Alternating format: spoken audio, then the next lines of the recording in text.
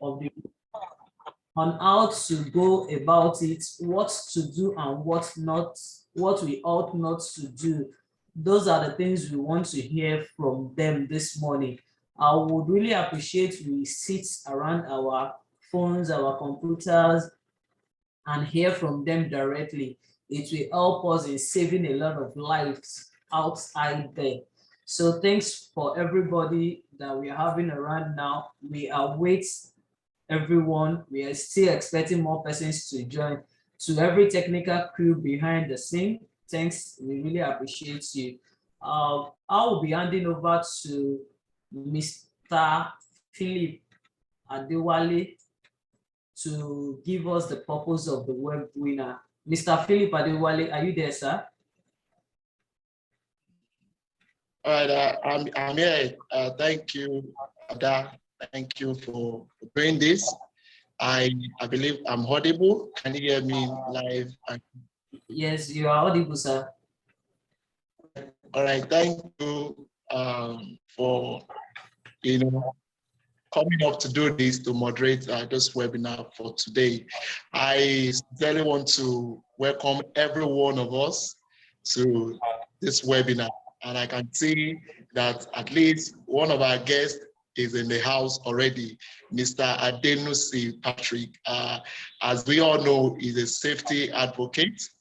He has been doing this for a very long time now. As a matter of fact, he's one of the professionals that I actually much respect, even in this industry. So you are welcome very much. Welcome, sir. God bless you.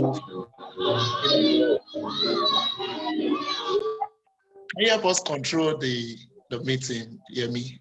Thank you. Thank you. So the purpose for this webinar is for us to be able to honor the people that have lost their life or the people that have lost loved ones in road traffic accidents. According to statistics, one of the high leading cause of death or disability in Nigeria happens to be accidents on our road. And the World United Nations rather have actually declared on the 21st of November, recognize and to also commiserate with all the people that have lost their loved ones through road accidents. That's why we are doing this TRIPLEPHIL transport initiative. So that we can educate people at so that the of accident or accident on our road can be reduced to the barest minimum. And that's why we have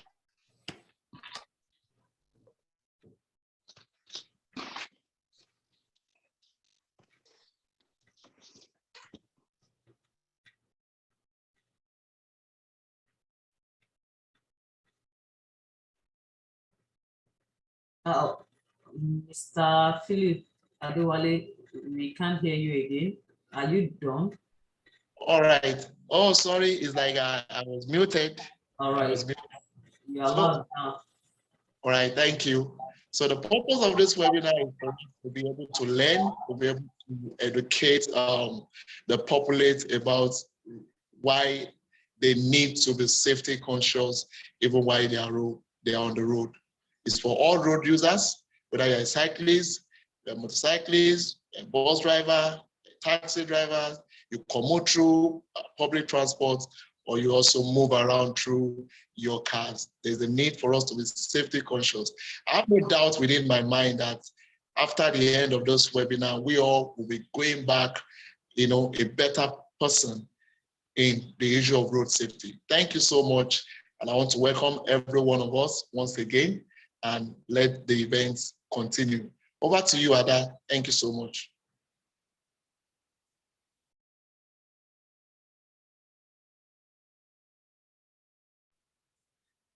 Ada, over to you, please. Right. Oh, sorry, I was muted. Okay, thank you very much, Mr. Philip Adewale. We will be playing a short video now, put together by United Nations, just to give us an insight of what we are talking about, what people go through every day on a daily basis on the road. they've put those things together, kind of a statistics and a research they've done, just for us to have a broad knowledge of what we are talking about, what the road entails, and those that are involved in one way or the other. So Yemi Franklin, please help us play the video. Thank you.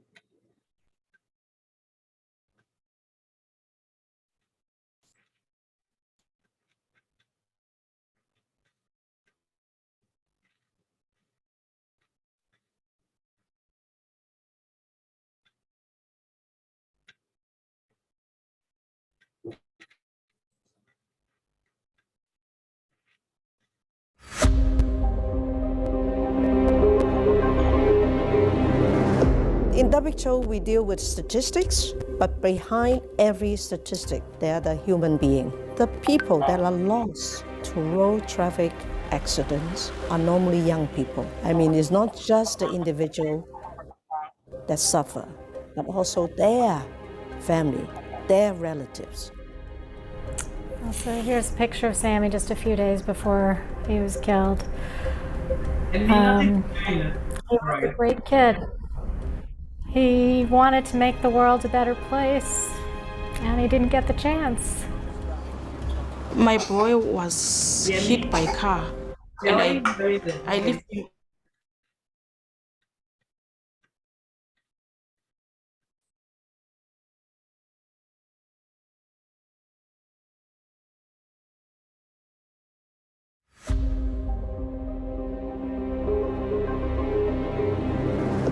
In WDoR, we deal with statistics, but behind every statistic, there are the human being. The people that are lost to road traffic accidents are normally young people. I mean, it's not just the individual that suffer, but also their family, their relatives.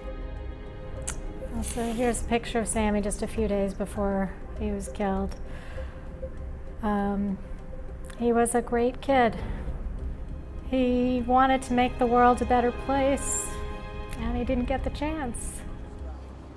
My boy was hit by a car, and I lifted him and I put him on my chest. I was praying God to help my boy not to die.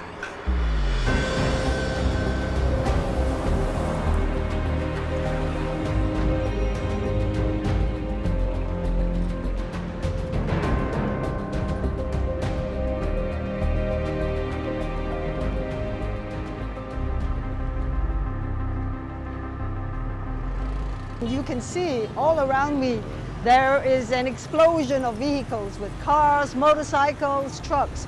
And now we are approaching the school where in 10 minutes things are going to change very, very dramatically.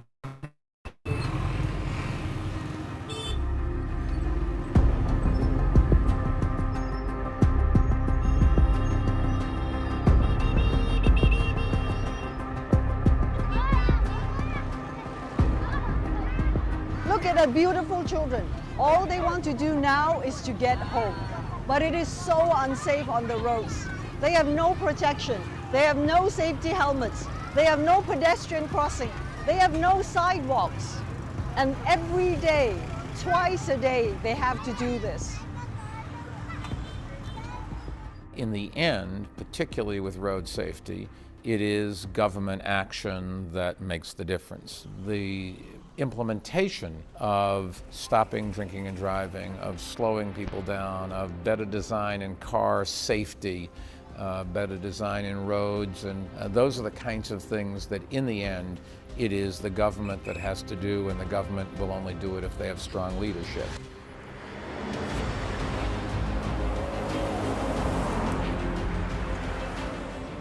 This report and the data are very important tools for decision making and action. And we must never forget that behind those numbers is a person and a tragedy. The Global Status Report on Road Safety shows us that every year 1,250,000 people die on the world's road. Most of them, 90%, in developing countries, many of them being young. Road traffic crashes is the leading cause of death for young people. and half of them being pedestrians, cyclists, motorcyclists, or users of public transportation, people outside the car. It's a hard task for the government to actually just fix the roads, in a proper way, because so many of these accidents happen because of the poor quality of the roads. And if the roads can actually be improved, you can imagine how many people will sleep peacefully in this country. How many people will actually enjoy their life the way it's supposed to be. How many people?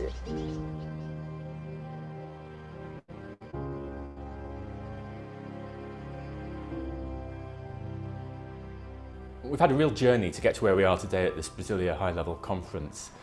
The start of this was the launch in 2004 of the World Report on Road Traffic Injury Prevention by WHO and the World Bank, which set the scene, gave the movement some impetus and led to the first global ministerial conference, which was hosted in Moscow in 2009 by the Russian Federation.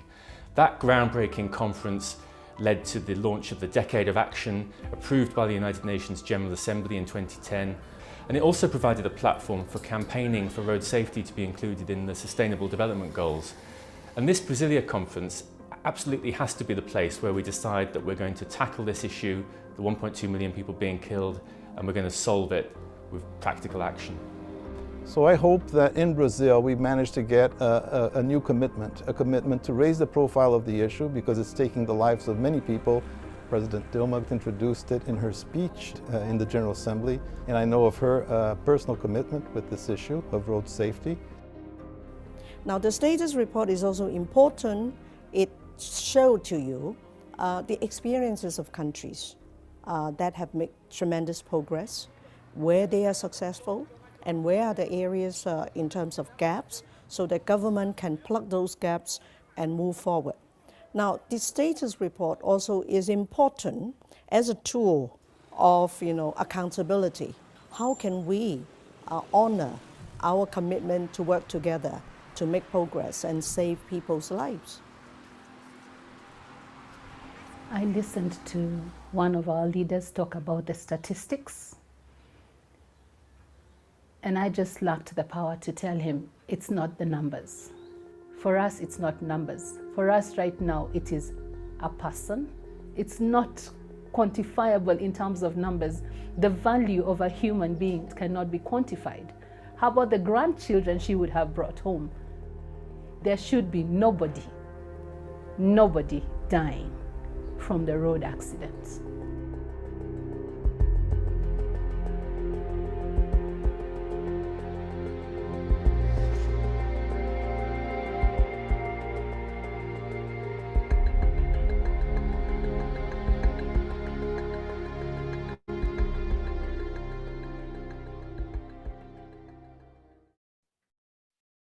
Thank you everyone for watching.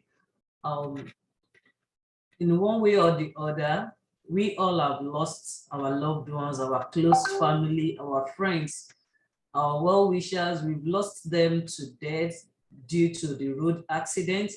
Some are home now, amputated by a leg or two, disabled in one way or the other due to road accident. So I would like us to observe a 1 minute silence for every person that has died on the road accident. If we are to give opportunity to everybody to talk, we all have people that has encountered that. So now we are to do 1 minute silence for everyone that we've lost, everybody that has died on the road accident. It's starting now. 1 minute silence, please.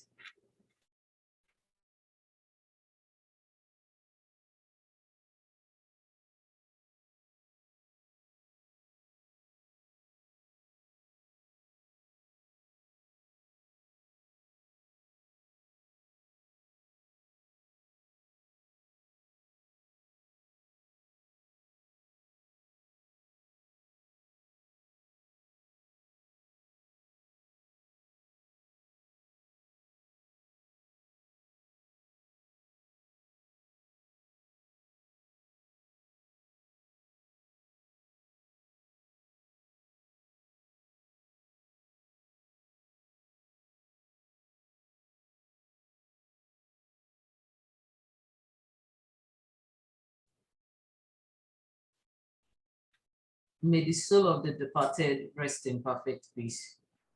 Amen. Okay, now we are moving to the main gist of the day, the main talk of the day. We have one of our guest speaker, Mr. Patrick Adenusi on ground. He is ready to talk to us. He's a road advocate, a road safety advocate. We need to hear from him. Mr. Patrick, like we said, is an ex-bus driver, a motivational speaker, and a safety environment consultant. So he has a lot of things he needs to share with us. We need to hear from him what his own view of the whole thing is. And he will be talking to us on the topic that says driver and driving behaviors. Mr. Patrick, can you unmute yourself, please? We want to hear from you this morning. Mr. Patrick Adenusi, are you there, sir? Good morning. Good morning. Good to have you on the show this morning. We want to hear your own view about the driver and driving behaviors. What are the major factors in driving behavior? What do you think are the major factors in driving behavior? How do you think we need to go around it in our day-to-day activities, sir? You have the floor. You have 20 minutes to talk to us on driver and driving behavior. We need to know the major factors of driving behavior. You have the floor, sir. Okay, thank you very much. I'm grateful for this invite. I greatly appreciate the opportunity.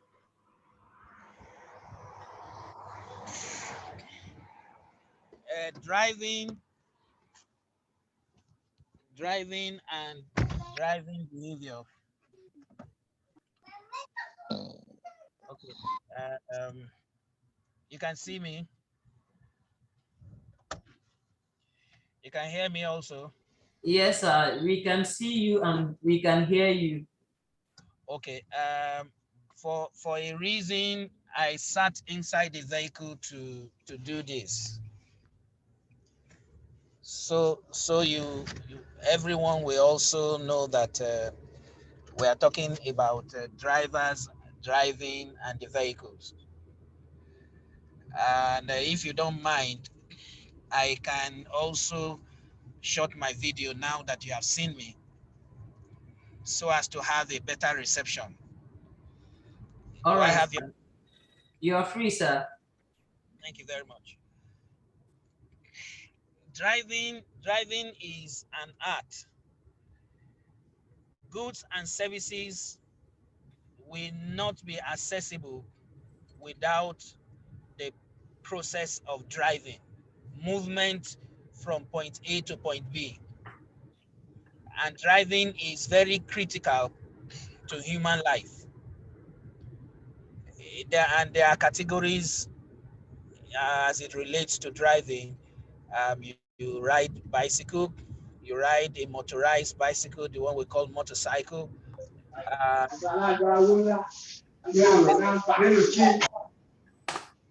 There's a senior brother of that one, which is the tricycle. And then we come to the cars, buses, the high capacity buses, and then the tankers and the trailers. All of these motorized equipment cannot move themselves up until now that they are designing vehicles that does not necessarily require a human being to drive them from one place to the other. Even with the new intervention of having driverless vehicles, it cannot take the place of man 100%. So driving will still be required. But one of the biggest challenge that drivers faces is poor communication. Unfortunately, in Nigeria, drivers are not well communicated with. Every other part of the world, especially in the West, the road speaks to you what you can do and what you cannot do per time. For every inch of the road, there is a conversation between the driver and the road. And that is part of what helps that driver to arrive at their destination safely. When they violate and they refuse to respond to the communication the road is having with them, that's when they have incidents, they have accidents, they have crashes, and some are minor and some are fatal. So, but as it relates to World Day of Remembrance, driver's attitude, and as it relates to World Day of Remembrance, it is that 3,700 people are killed on world roads every day.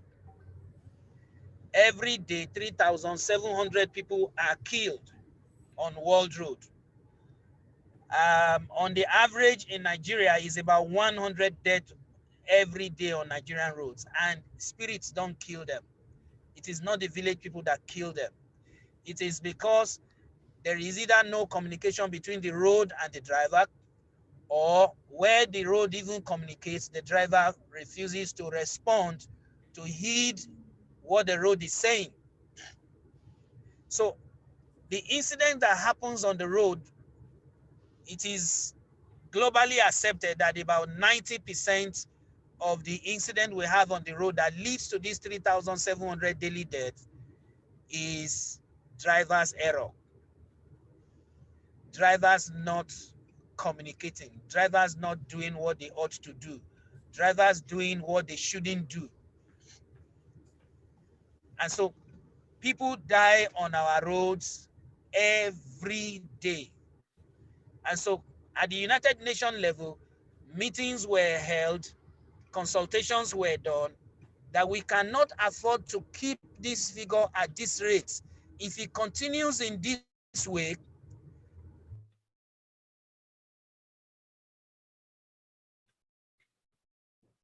the likelihood is that it will multiply.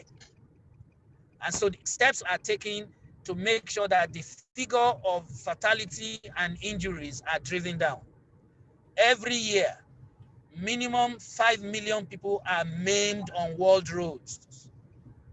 And it is basically driver's error. 50 million are injured, 50 millions annually with injuries, majorly driver's error. So if we begin to change our attitude to the way we do things, you get to a bend, you don't overtake on a bend on a single road, then potential accident that would have happened as a result of head-on collision, because you are not seeing the vehicle coming on the other side, that the vehicle on the other did not also expecting you to be on their lane, will be reduced, will be taken care of. So, and the driving attitude, the driver's attitude, I mean, is the number 4 pillar in the decade of action, because at the UN level, it has 5 pillars to help in reducing road fatality, road accidents, is driver's attitude. So if we change our attitude, or if we improve our attitude, we will reduce the number of injuries, we will reduce the number of road deaths, and we will reduce the number of wastage of goods and services. And lastly, we will reduce crime in our society. A wrong driver's attitude kills a breadwinner, a father or a mother.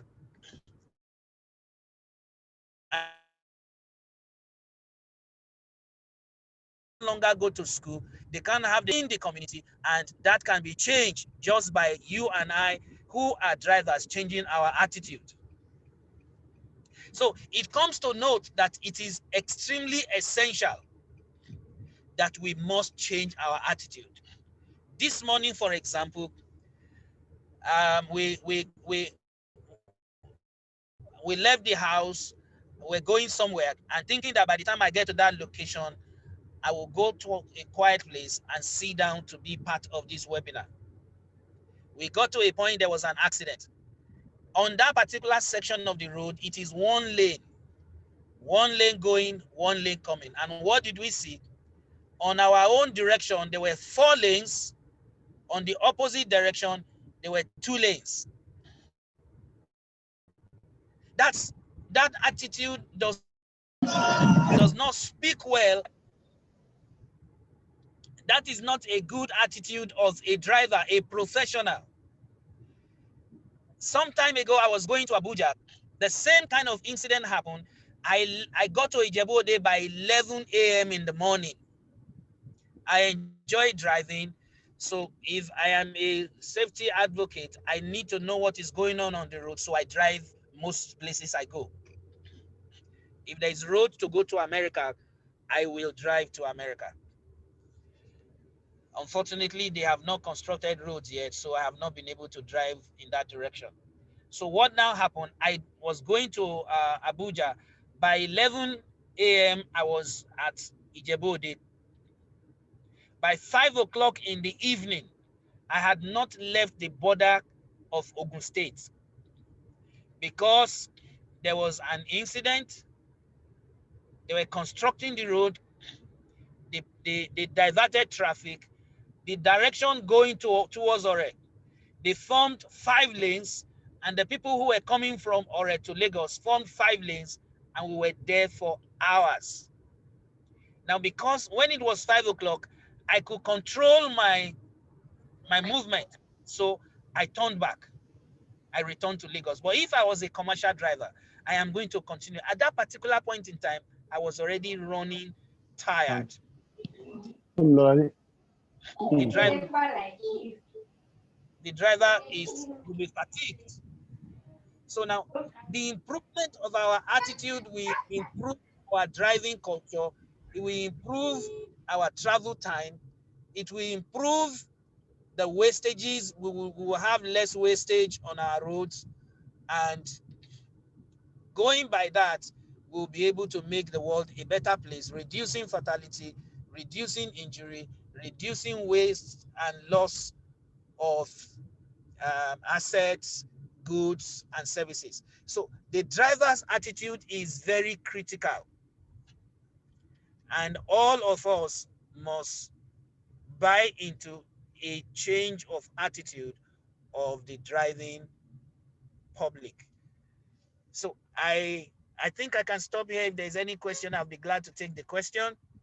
But our attitude, a change in our attitude, an improvement in our attitude will go a long way to making world roads safer and our lives better. Thank you very much. That is fantastic. Thank you very much, Mr. Adenusi Patrick. We've learned that we have a long way to go on that. All right. I don't know if you have a question in the house, just put up your hand. We might take a couple of questions, and you can as well drop it on the chat box for us to read it out to him. But if you want to talk, you can raise up your hand, then you will be recognized. Mr. Patrick, thank you once again for the insight. I have a question, a couple of it. Yeah, let me just go with one.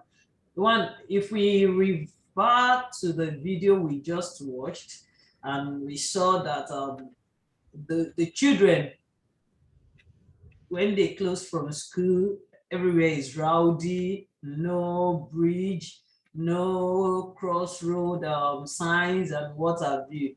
How do you think we can achieve that? Let me use Nigeria as an example. The normal zebra crossing we have on our roads, the drivers don't adhere to it. Both private and individuals, they don't even observe that zebra crossing. Like I do tell people, if you want to die fast in Nigeria, go and walk through the zebra crossing. And that is just the simple truth. If you want to die fast, you use the zebra crossing because nobody cares if you're walking on it. So how do we enlighten the road users on the benefits or the importance of the zebra crossing, for them to know that, yes, when they're approaching where the sign is, they need to stop for whosoever that is crossing? And how do we make or enforce the road safety? Yes, they are the one in charge of it, to put more road signs. If we check that video, there are some other countries that was showed that has a different road sign that shows when children are crossing, when disabled are crossing, and the likes of it. how can we imbibe that into our own regulatory system, whereby if you are plying the road, you need to know that when you are getting to a zebra crossing, no matter what your speed you think you are speeding, you need to reduce your speed for the people to cross. How do we enforce that? How do we make that happen? We are discussing about drivers and driving behavior, and every one of us, we are a driver in one way or the other. Is either we ride our bicycle, or we ride our motorcycle, or a tricycle, or a car, or we are in a car with a friend driving. How do we imbibe that into us, that we need to make them understand that zebra crossing is meant for those using their leg, and they need to honor that? Mr. Patrick, I don't know if you get my question, sir. Got it. Thank you. Well, the starting point is the fact that our roads have very minimal number of signs. If we have zebra crossing everywhere in the country, where if we had signages and road markings everywhere they ought to have, then it becomes easy for all the motorists to obey it. For example, if you go to some state capitals in this country, there are many state capitals that you will not even find one zebra crossing. So when drivers from those zones comes to the area where there are zebra crossings, they don't even know what it means. But the other side of it is common sense is required in everything that we do. You are not a motorist 24/7. You are a pedestrian when you are not in your car.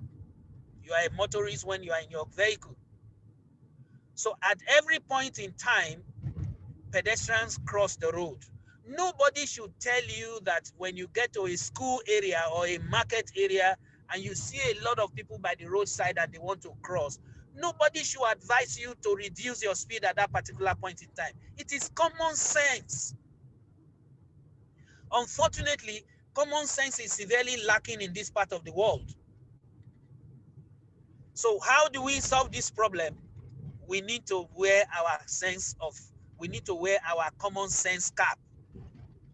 The government, the representatives that we have elected, and the ones that are appointed needs to begin to do things, take steps to make sure that our roads communicate with the motorist, both the pedestrian and the motorist himself. The motoring public are spoken to per time by the road, but our roads are dumb. Nigerian road don't speak. Nigerian road does not speak to the people because there are no signs that is telling you what to do and what not to do. So government, all the government, whether it is state, federal, and local government, they need to install all of these signs. So when all the signs are installed, it becomes an easy thing for the motorists and the pedestrians to begin to follow by obeying those signs. But much more, in the absence of the sign, that is where we are right now. What do we do? What we should do is that we should apply common sense. You get to school area, slow down. That is the campaign for the decade. Slow down when you get to a market area. When you drive on a street where there are a lot of people, there's church, there is mosque, when you get there, slow down. And when we do that, we will have less incidents and we have safer environment. Thank you very much. All right, thank you very much, Mr. Patrick. There is a question for you here. Like you said while you were talking, drivers are not properly communicated, which is very obvious. And somebody is asking, communication is a big challenge, especially in transport sector. Sir, how can we make communication more effective? And can you enlighten us on communication strategies that can be put in place to abate accidents and its impacts? Okay, there is no Nigerian road. Road is road everywhere in the world. There is no Nigerian road sign. Signages are universal. The communication in question that I made reference to are those lines that you see on the road, either broken or solid, double or double on one side with broken lines on the other side, and then signages, regulatory sign, warning sign. You can do U-turn here, you can park here, this is your speed here, this is the speed you can't do here. That is the communication. At every point in time, at every part of the road, those signs ought to be there. Unfortunately, the monies that are earmarked for that is taken by our friends, our brothers, and our family members. And we celebrate them for doing so. We honor them by giving them awards and titles, rather than resisting and making it clear to them that they are killing the citizens. So what you and I can do is one, let's begin to talk to our elected officials, the permanent secretaries and all of them. Let's begin to talk to them that they should do the right thing because it is the right thing to do. Number two, when any of us are privileged to get to such positions, do what will make Nigeria a safer and better place. And number three, this is the one that applies to us. Common sense, common sense, common sense. Common sense says you should not overtake in a bend, even if there is no sign there. You cannot see what is coming on the other side of the road. It's a bend. If you are overtaking in a bend and another person overtaking in a bend, what is going to happen? It is going to be dead. Thank you. Thank you very much, sir. Another question before you go. What are the factors that will influence the behavior of the driver that can cause accidents? What are the factors that can influence the behavior of drivers that can cause accidents on the road? We need to know them and we need to avoid them as much as we can. So we would appreciate if you can. There are several factors. One is distraction. Can you hear me? Right on, sir, we can. Okay. Number one is distraction. Use of phone is distraction. Reading of text, sending text messages, chatting, that is distraction. Under distraction also is tuning your radio, changing your cassette, changing your CD. Driving is a serious business. It requires full attention. Number two is our social life. A lot of people drink and drive. It is illegal. Alcohol will affect the way you react to things. So we should stop drinking alcohol and driving. They don't mix. Number three, in the same line with alcohol, is illicit drugs. People should stop taking these illicit drugs, all this tramadol and all what that people take these days that just kind of affect their sense of reasoning. They should go out of that. And if you are ill, you go to the hospital and they give you some medications and you know that that medication will make you drowsy. As a matter of fact, they ought to ask you in the hospital or tell you, if you take this drug, this particular medication, don't operate any equipment or drive. So if you are under medication that makes you drowsy, don't drive. Number four, family affairs. When you are driving, forget that your wife got you angry, your husband got you angry, your co-motorist got you angry. Driving requires full attention. You need to be concentrated when you are driving. I think that's about what I can say for now. All right, thank you very much, sir. Another question for you.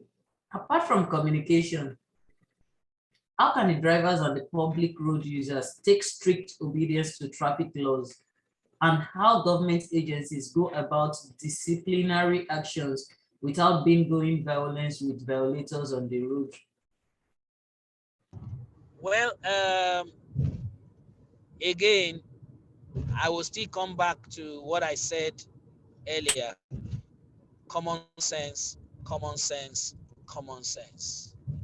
Common sense is the foundation of all senses. A vehicle and protect. I can be carrying a gun, and because somebody sees me with a gun, they are not going to mess up around me. So I am protected. But I can defend myself and I will kill someone. So in the same way, the vehicle is the same. It can kill you and you can kill someone with it.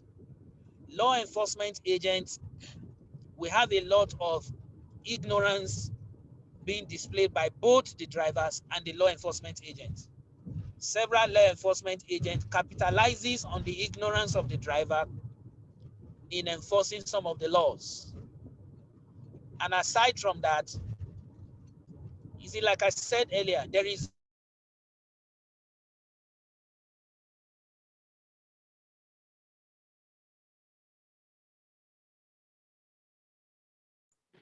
Oh, we lost you. I guess that should be your network connection, sir. If you can hear me. Mr. Patrick, can you still hear me?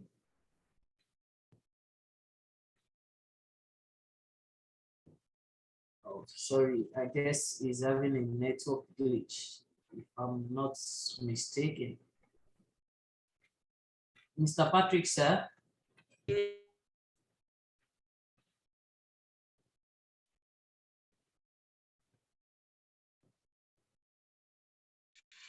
I guess he has gone out of the network coverage. Yeah. He's on the road. I guess that's much.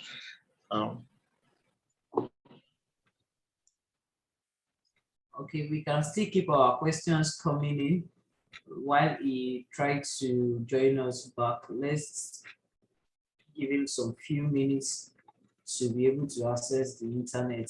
He's on a transit, if I'm not mistaken, and we know how it works here. Definitely the network will fly off.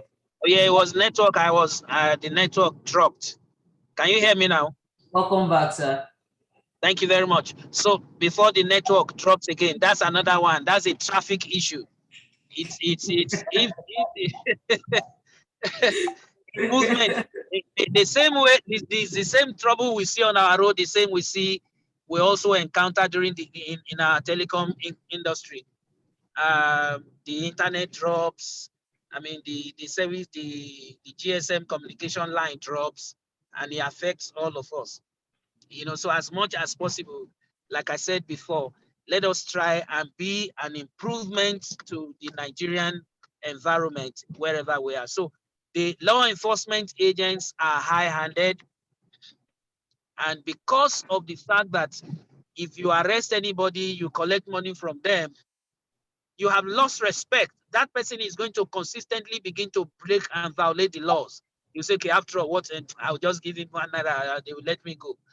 And the integrity of the law enforcement agent doing his job heartily will contribute marginally to help the driver behave better.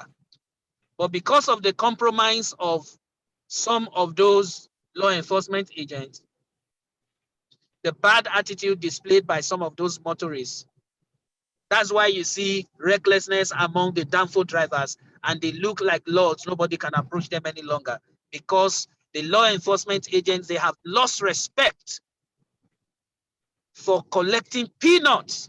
We are paying them officially to serve.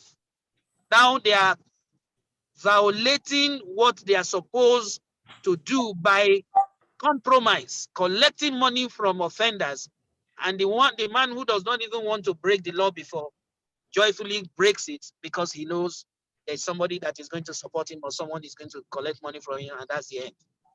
Thank you very much, madam. Yeah, before you go, you talked about downfall drivers, and if I could recall vividly, your profile says you're an ex-bus driver. Do you mind sharing your experience? How were you able to handle the road communication? Were you one time a road sign violator, and you realized it was bad? You decided to correct your ways now that you are a road safety advocate. How did you manage the life behind the wheel being an ex-bus driver, sir?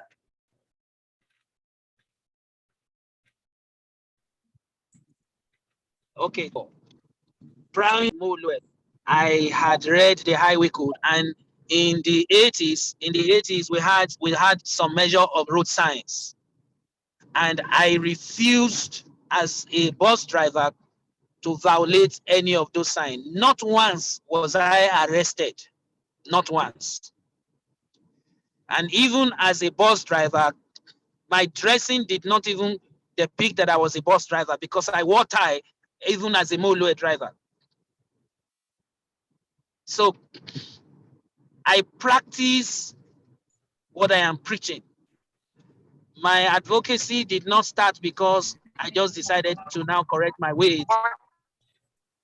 This is how it has been from the 70s.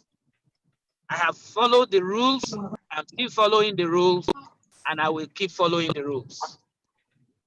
Thank you. All right. Thank you very much, sir. We really do appreciate your time.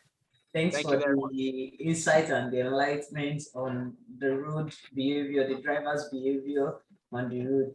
We hope as many that are here today that are listening to it, some of these things we are aware of, and some we are not aware of. I believe going forward, we'll try to make amendments to the places we are lagging behind.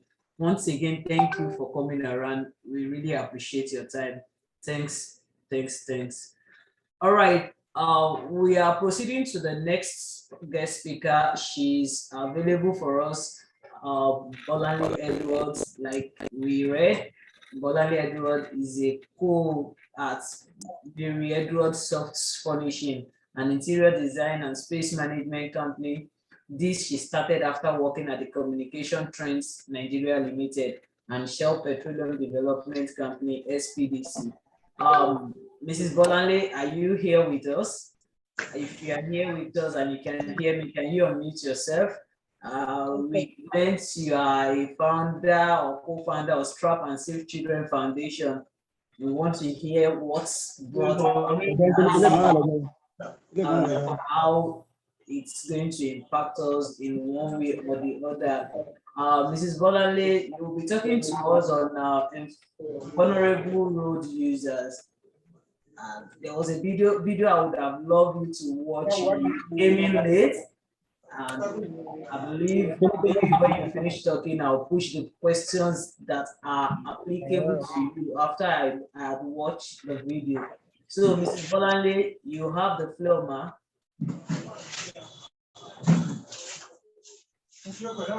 Bolanle, are you there? I think she's still trying to settle down. Yeah. Mrs. Bolanle Edwards, can you unmute your mic?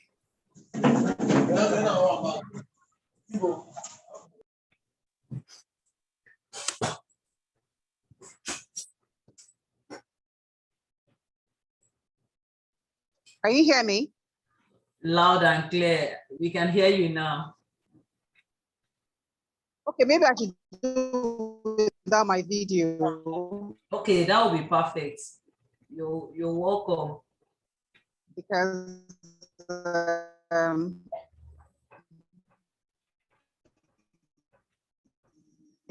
yeah.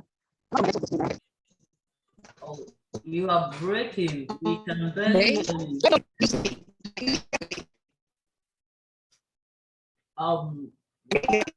No. We can't hear you. Maybe you should leave the room and come back again. By then you come in using just audio and no video. Let's see if it will work better. While we are waiting for her to come back on board, she's going to be talking to us on vulnerable road users. If we have a question at hand towards that, we watched that video, we saw those that are vulnerable to the road, most especially those school children trying to go home after the event and they couldn't. Mr. Philip, do you have anything to say? You are raising up your hand. Yes, thank you. I actually put my hands. I don't know if Mrs. Bolanle Adewale, she's in. If not in yet, let me quickly just say two things.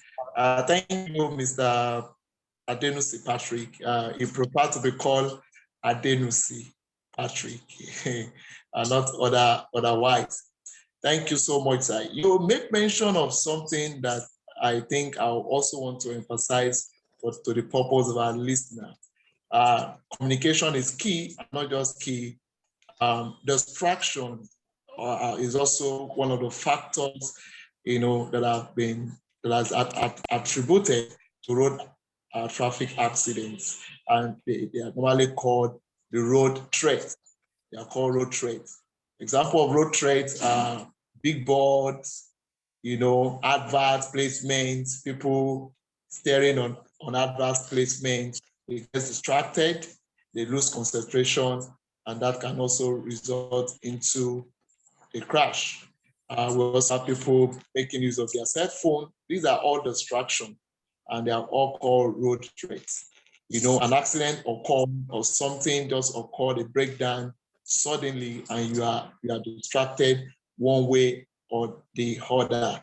So if we are conscious, we can make our road environment much more safer, and that is the reason why we are here. All right, I believe our second guest, she's ready for us, and I know we're also in to be enlightened the more. Thank you. Over to you. All right. Can you hear me now? Yes, we can hear you loud and clear. So sorry. I'll be very brief about this. My name is Bolanle, the convener of Trap and Safe Child Foundation. And all we do is just to make sure that children are safe on our roads. They're safe on our roads, they're safe in school, and they're safe at home. We started this about 10 years ago. I haven't seen the vacuum created, where children are not properly being catered for. And we thought that we could come in that space and have a voice, had to the voice of the children. So basically, WDR, it's a day that also should identify with the children, the minors, vulnerable. We call them the vulnerable road users. And we have discovered that in this part of the world, a lot of these children are not being taken care of. They're not being, most times they just leave them to themselves. So today, in a very short time, I will just talk about a brief, story to this WDR concerning vulnerable road users. We all know, my guys have spoken there, and we all know what WDR stands for, and when it's been celebrated, and why it is being celebrated as well. It gives me a lot of it hurts me each year when we come on a round table like this and we talk, and the numbers are not reducing. Instead, they are adding up. A lot of people are being part of the statistics on a per hour daily basis. And the question I ask myself is, what is our government doing concerning all of this? Children being thrown out of vehicles. And we all know the statistics that, all over the world, 3 minutes, every 3-4 minutes, a child dies. Every 9 minutes, an adult somewhere is also dying. So when we come and we talk, I should be looking at solutions to these problems that we have, we have humanly created for ourselves, especially in Nigeria. Because most of the problems we have here, they're human generated problems. These are not problems that, like natural disaster. These are human disasters that there's always somewhere waiting to happen. Look at the roads we have, and celebrating this again gives me a whole lot. I thought about it. I spoke with a few people and I said, if we're to genuinely look at the numbers, the statistics between 2019 and 2021, it's staggering. It is staggering. And the question is, why are we not doing the needful? Why do we keep losing people like chickens on the road? If you can share my slide, I just want to pick one or two statistics there, because I like to deal with figures just like my Oga there, Mr. Patrick Adenusi. I said when I grow up, I want to be sharing statistics like him. The statistics, and unfortunately, we do not keep data in Nigeria. Our data analysis is warped. When they give you data, you need to go and double check and cross check.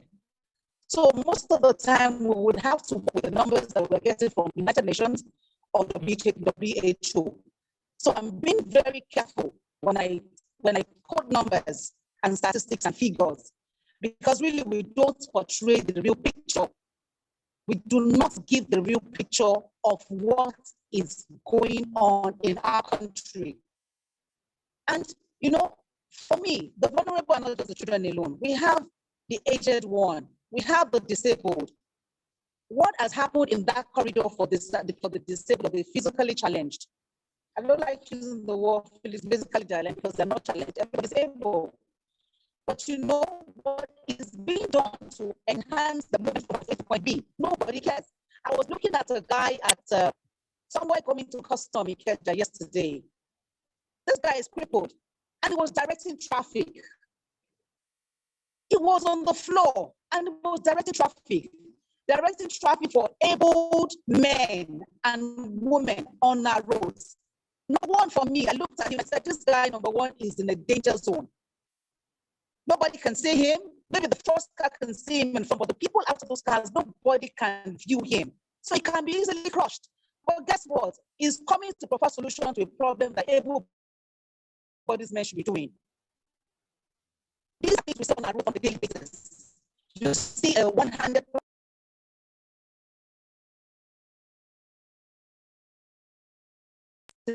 going on. What is going on? The other day, if you're able to share this eventually, I have a few pictures that have to show some pictures of accidents that happened between 2019 and 2020. You are free to share your slide. You are free to share your slide.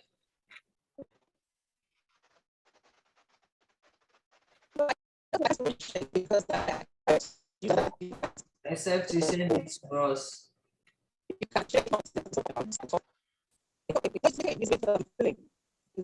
All right.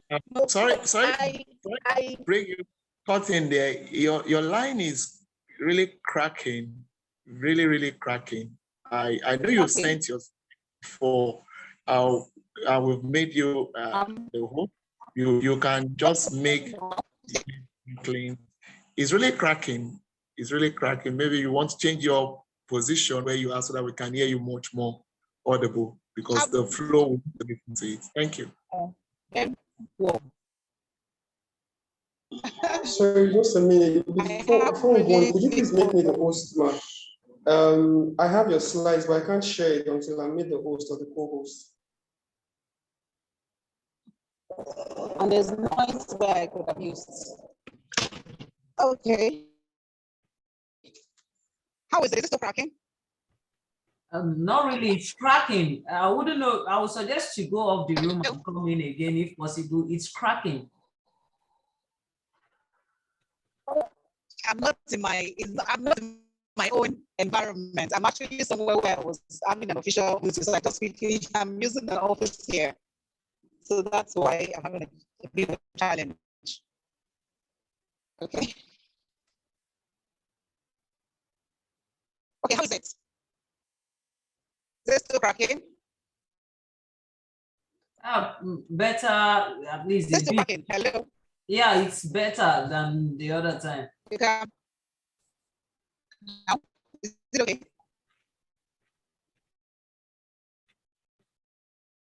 I continue, though you are muted. I mean, we can't hear anything from your hand again.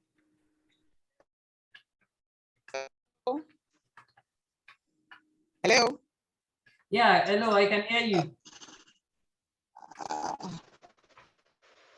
Can you hear me now? Yes.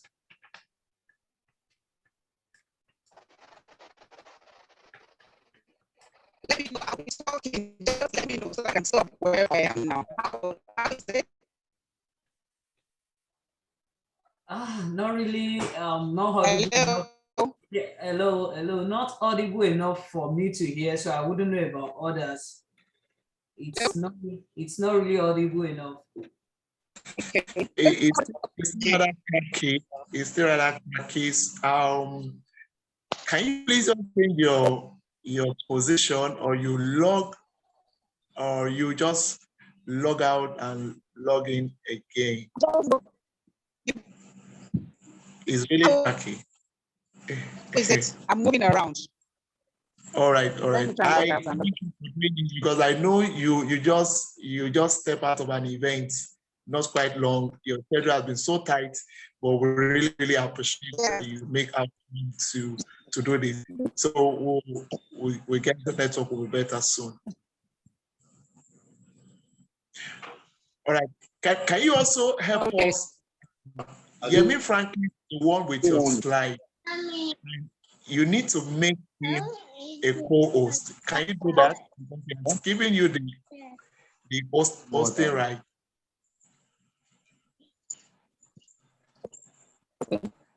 Is Edwin? Did you hear me, please? Yes, I did. Wow. So sorry that your talk over there is really, really bad. That's the issue when you are somewhere. Like Mr. Patrick rightly said, that's another traffic issue, network. It will get better. While we are waiting for her to get our network intact, like she said, the vulnerable road users are the children, the aged ones, the bikers, the disabled. That are running through our mind that we need to ask her, so we can put that together while we wait for her to come back on board. All right, Mrs. Bolanle. I think she's off, probably network kicked her out. Another road, that's a network traffic we need to work on here in Nigeria. It will get better.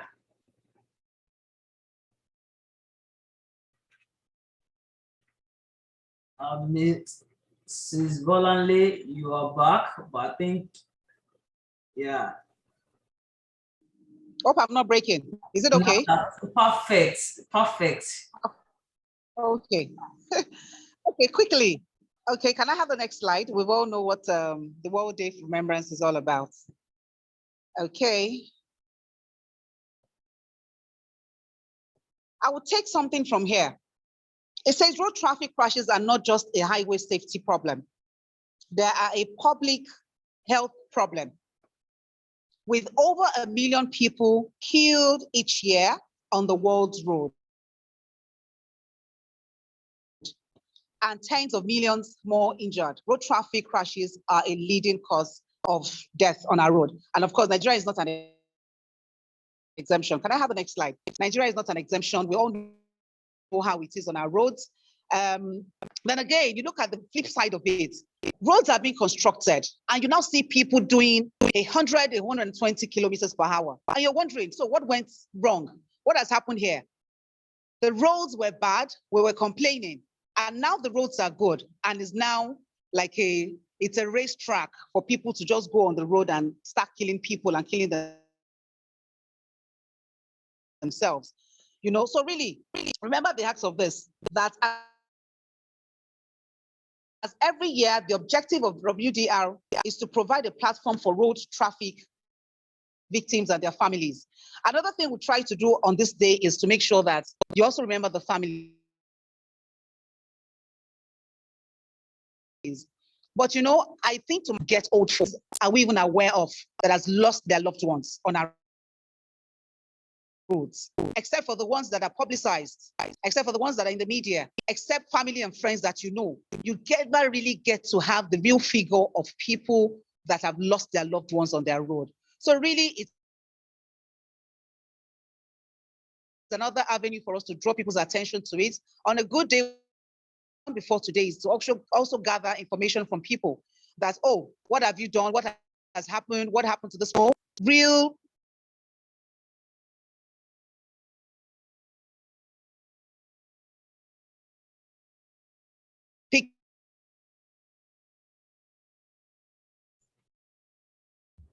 Your signal is out. We can barely hear you, ma.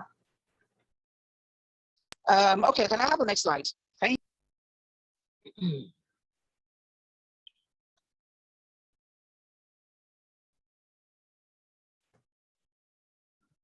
Okay. The road is a means of transportation, like we all know. I'm sure Mr. Patrick has said a lot when it comes to road traffic. We have people who they sleep and drink transportation in Nigeria.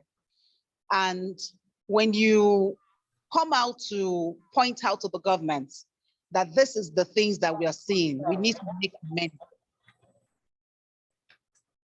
It doesn't really, it's almost like a cross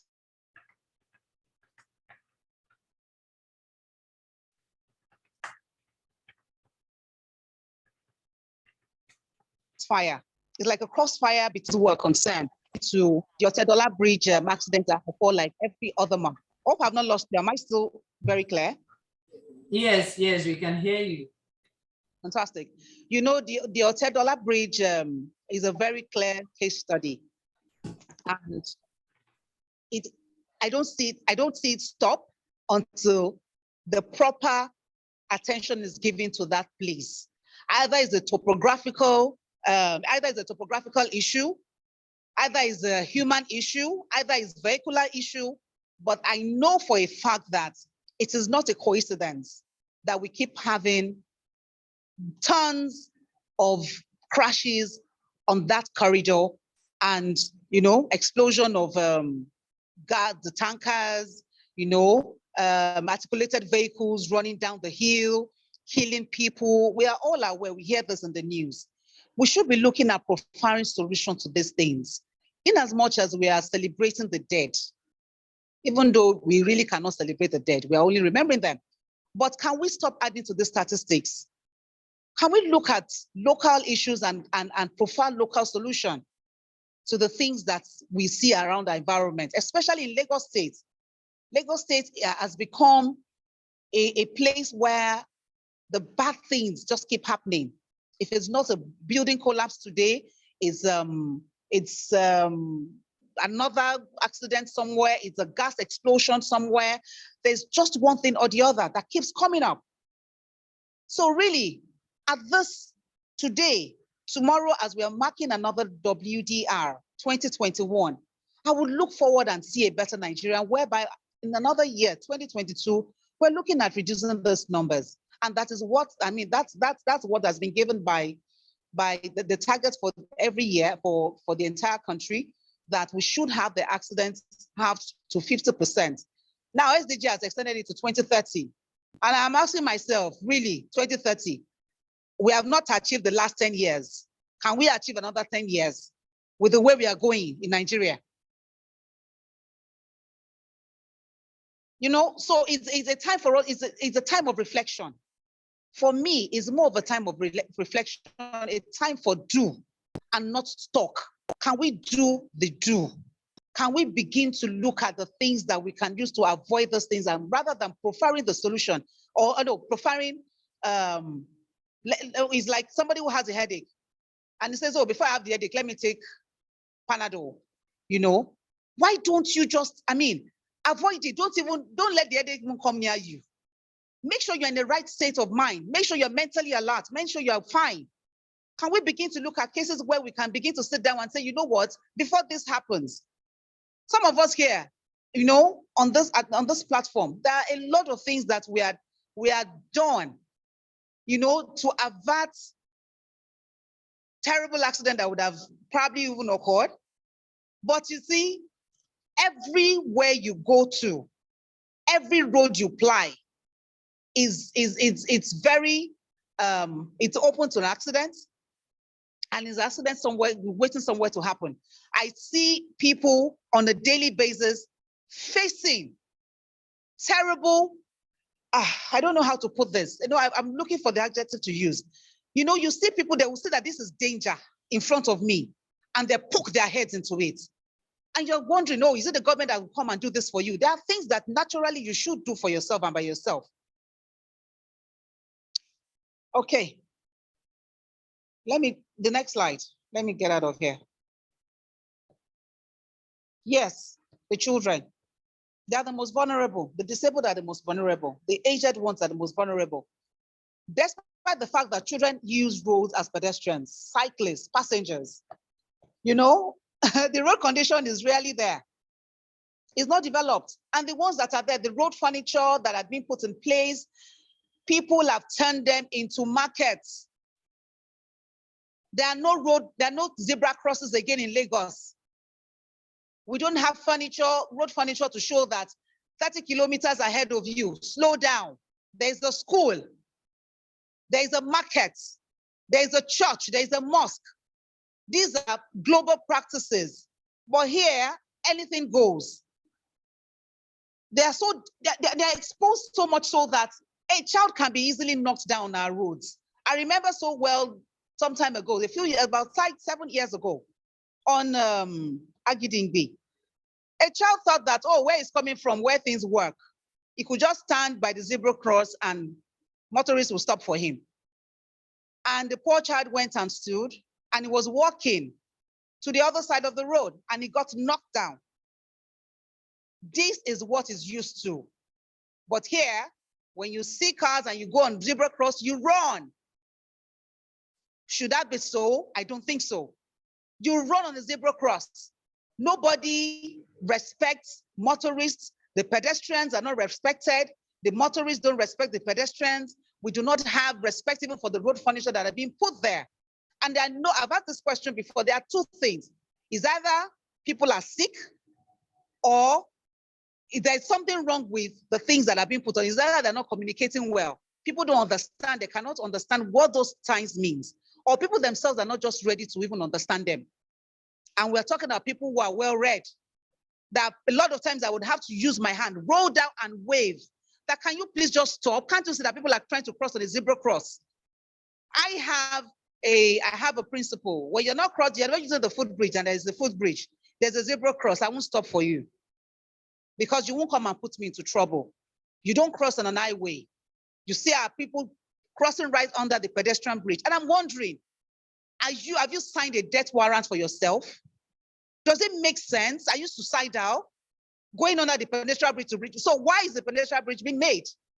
And we hear that people are being knocked down. Why would they be knocked down when people are crossing 4 lanes?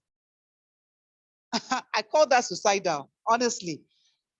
So when we're beginning to reduce our productive ages, you know, children that should be, our youth that should be working, should be active, adding to the economy of our country, they're being killed daily, then of course we would have that problem. Can I have the next slide? There will be an issue. Quickly, according to WHO, there's an article that was published on their website on 21st of June, 2021. It says approximately 1.3 million people die each year. Every year, Nigeria is not excluded.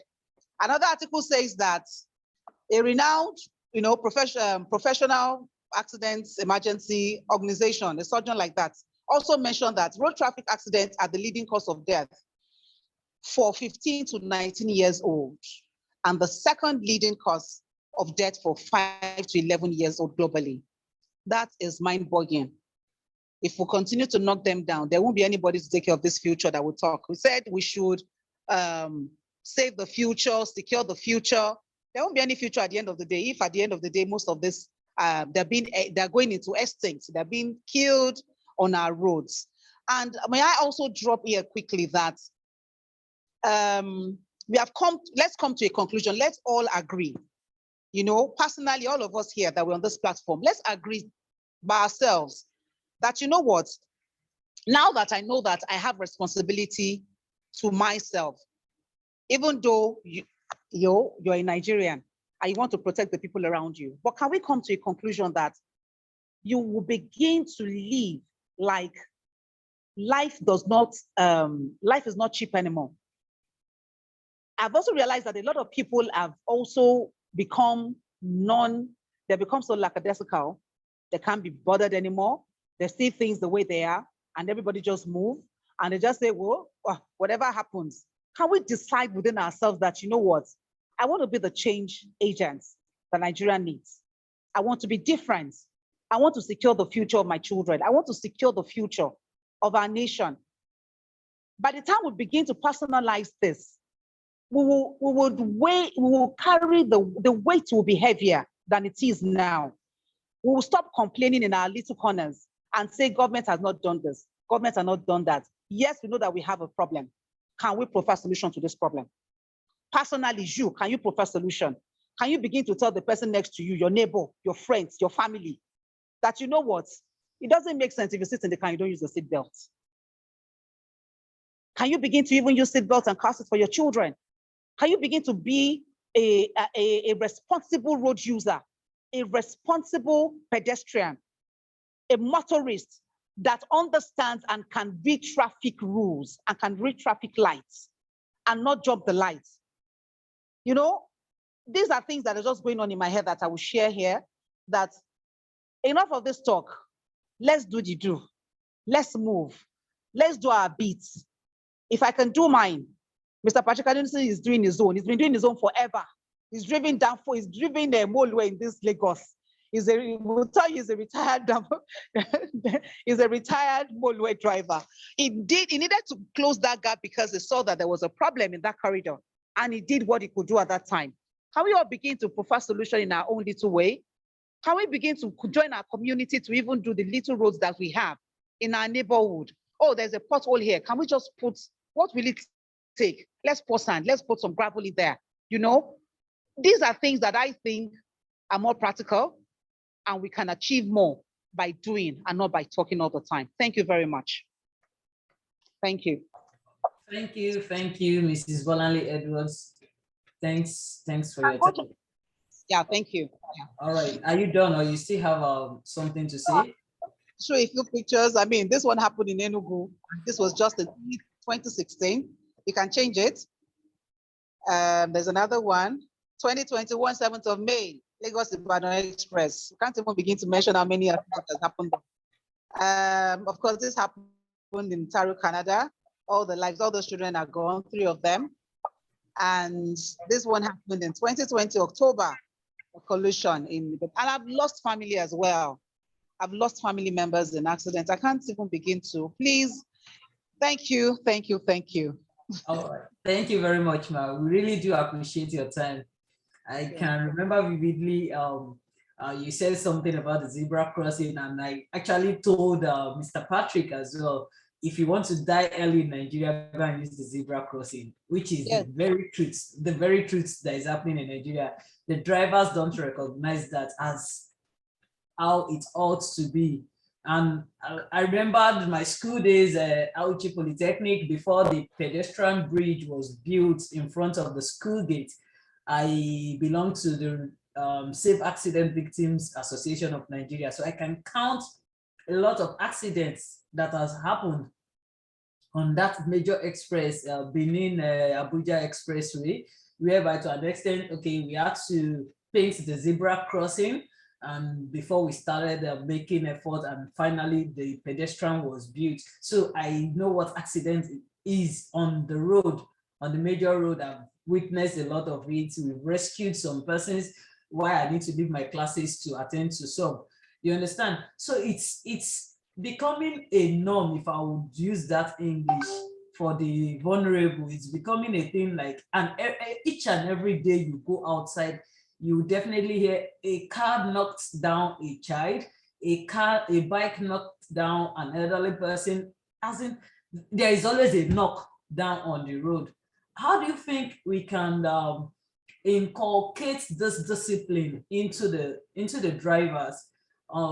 And is there a way we can as well advocate in the school, maybe make it part of the curriculum to the school children that they should learn to use the pedestrian while they are on the road when they need to cross, for those that have access to the pedestrian bridge close to their schools. And for those that don't have, we can, if there is a way we can make them understand, okay, you need to go close to the zebra crossing, wait there. When you see that the cars have stopped, you start walking on the road. And how can we enlighten the drivers as well that the zebra crossing is meant for the pedestrians? They need to halt when they get to that point. Is there a way we can bring that, synchronize that together in Nigerian system, and it will work perfectly?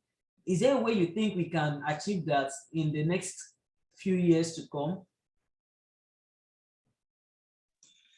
I think she left. Yeah, I think she left as well. Maybe probably she'll join us. Yeah, that's network. Before she comes on, permit me to just come in here. I just spoke to the sector commander, road safety.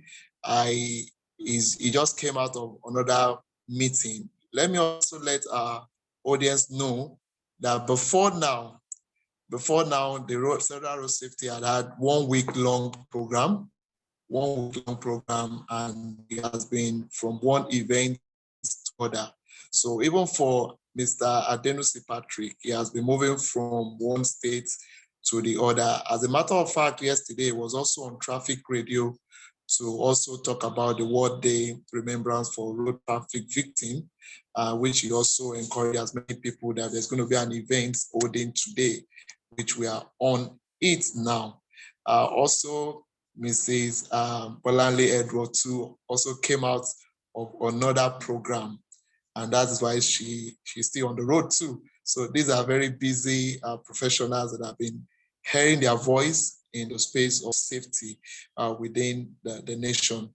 The sector commander will join us anytime from now. I also want to ask, because he also said it's 2IC. I don't know if the 2IC is here and you want to, please let us know. I don't know if the sector commander that is the Olusegun Tijani. I don't know, because I recognize him as OGUNGBEMILE. So if you are the 2IC that has been asked to also show up in this meeting, can you please signify by letting us know?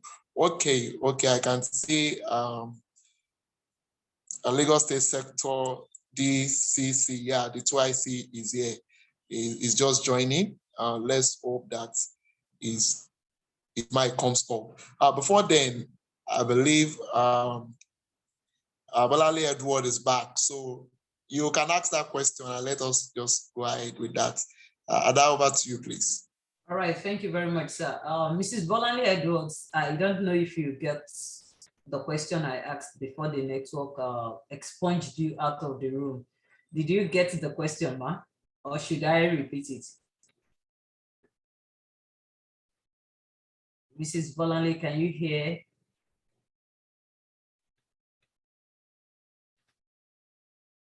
Right, I think she's still having the same network problem.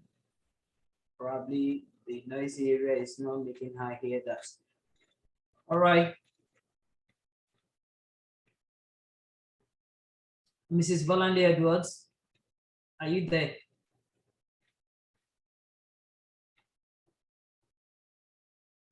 Okay, I guess a network or something, probably she got busy again. While we on that, if she's still here before the end of, till the end of the program, we can drop our questions, we'll read it forward and she would answer them. the Lagos State Sector DCC operations, if I'm correct. You're welcome, sir. Did you ask any question? Yes, I did. Welcome back. Can you hear me now? Okay. Yeah. All right. Quick one. Yes, I can hear you. I said, my question is this. Now you've mentioned the vulnerable ones on the roadside and the use of zebra crossing and the pedestrian bridge. Okay. You know, it's a major problem. We don't adhere to instructions. We like boycotting things. We like a quick action. You get it? Okay. For the children this time around, is there a way we can leverage on your foundation by using it to reach out to as many schools as we can, or if possible, is there a way it can be inculcated into the curriculum that these are road signs that they ought to follow when they are on the road, when coming to school, after school, when they are going out, probably sent on an errand and stuff like that, that they need to get a zebra crossing if there is any in their community. Because like you said, there are some places there are no zebra crossing, and that is just the truth. Then we need to make them understand that they need to use the pedestrian bridge when crossing. And is there a way we can make the drivers, the road users, the drivers, the Okadas, the bikers, the tricycles, and the vehicle drivers, is there a way we can make them know that the zebra crossing, because it's an important and is a problem to us. If you want to directly use the zebra crossing, is there a way we can make them know that that thing called zebra crossing is meant for the pedestrians, and there should be signages ahead to show that zebra crossing is ahead, that they need to slow down when getting to that point, because there's no how one person will definitely cross the road. How do we solve this in the nearest future? Okay. Can I answer it in a very simple? Yeah. Okay. You know, children are the best people to nurture and teach. It's like capture them young, they sponge in information, and it stays there.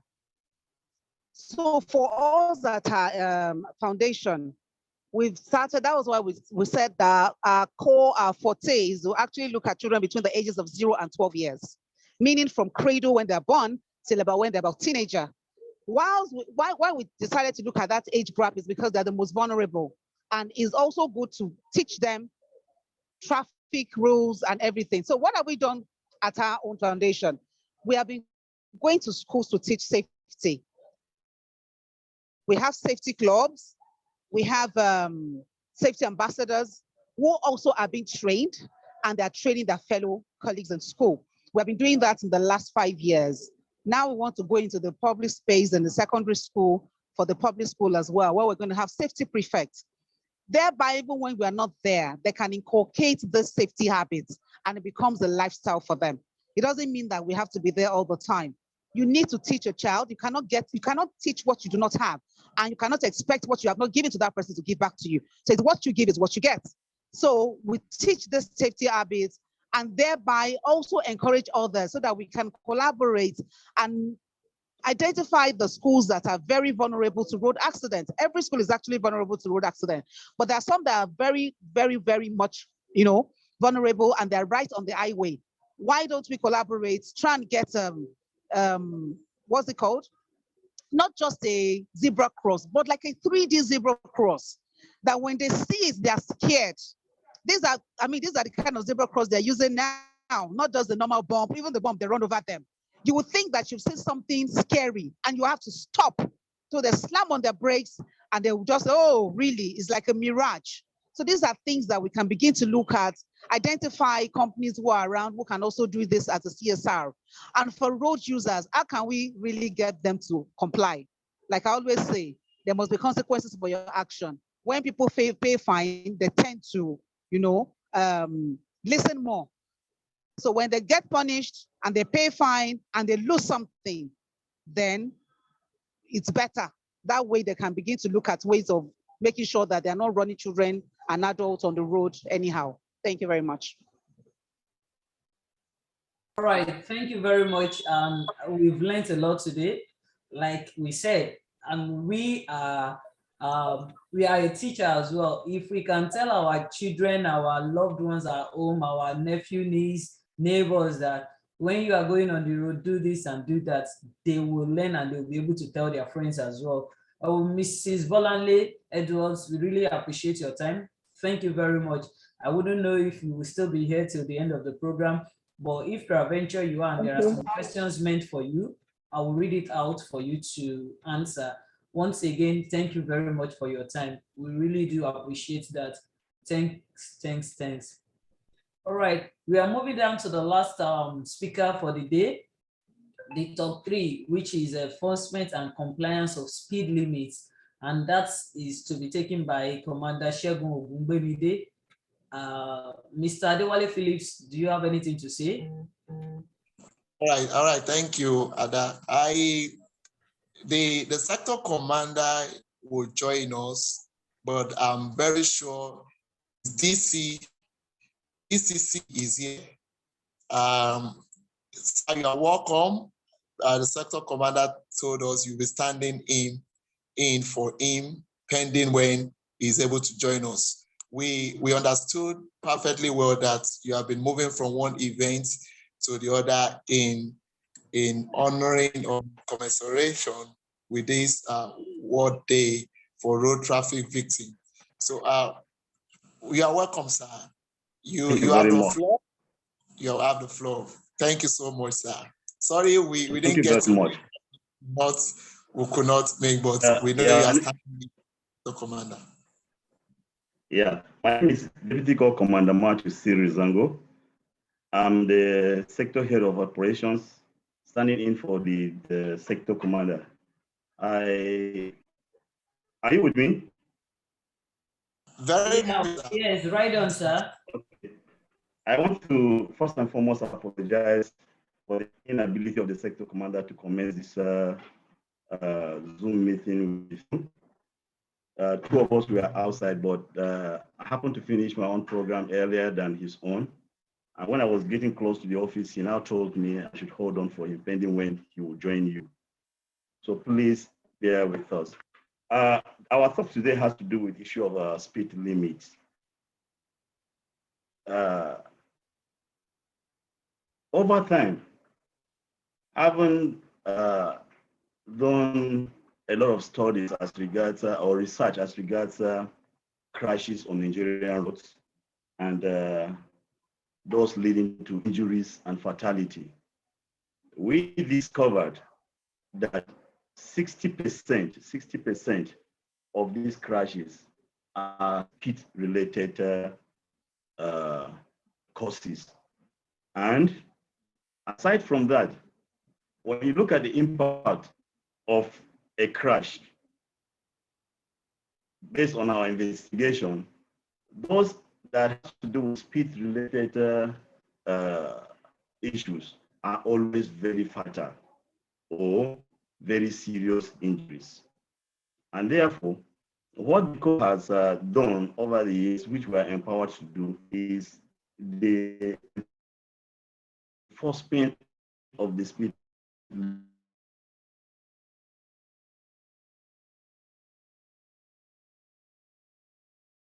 limiting device, which every our own vehicle.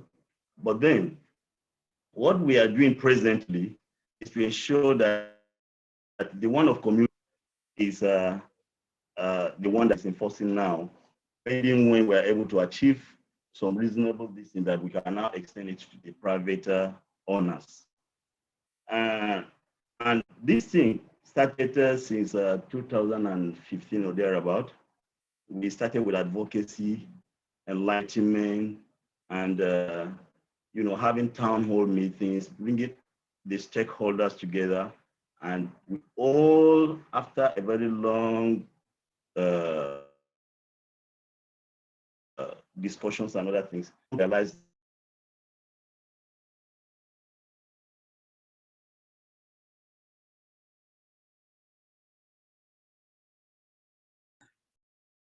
that's network. It is well with network today. Let's just give him some few minutes. I believe he will join back again. Stay tuned. Don't touch the dial. Hello? Yeah, we can hear you, sir. So sorry, it's the network problem here in the office. We can hear you now. Yeah, I saw haven't brought together, and we all agreed that we have to arrest menace. So that's what we've been doing over time. And I tell you, all over the country, we've been ensuring that all commercial vehicles affix that speed limiting device in all their vehicles, so that they'll be able to observe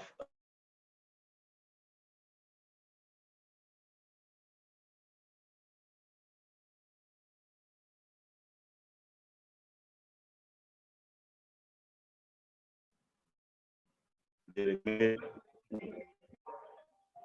recommend speed limit, and it has been assisting very, very well. Presently, this week, we are rounding up. Hello? Hello? Yeah, we can hear you, sir. Hello? So sorry, it's a network from my own side. Yeah, the thought of November, I mean, the third Sunday of November every year has been set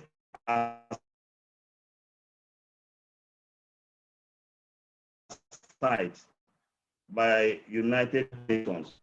That's the General Assembly resolution of 60 subsection that the whole world should observe, the whole countries that are sent to this should observe the third Sunday of every month as a year to commemorate. It's a day set aside to commemorate the crash victims and the families they left behind. And we here in Nigeria, we commence our road safety since on Monday, 15th. And it's rounding up on this Sunday, that's tomorrow. So it's part of the activities that we even went out today to, check on some accident victims, sympathize with them, share whatever we have, and still give them hope that they will be well. And part of the activities is also for those that are left behind, for the families, the bereaved that are left behind. We also remember them that all those people killed and injured on our road is the responsibility of those. I mean, the killers should not go unpunished. Presently, we have stakeholders like we had the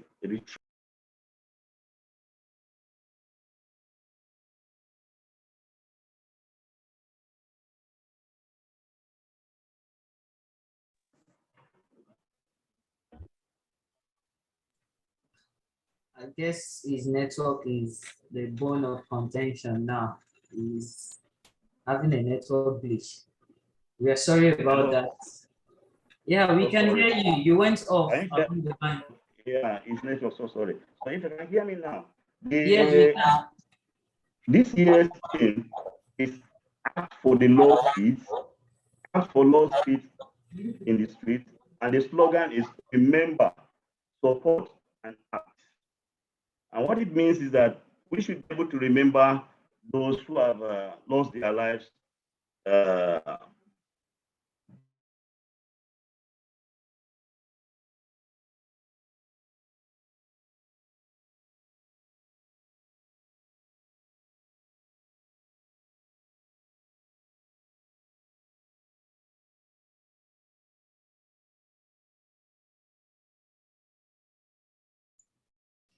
Oh, that was it.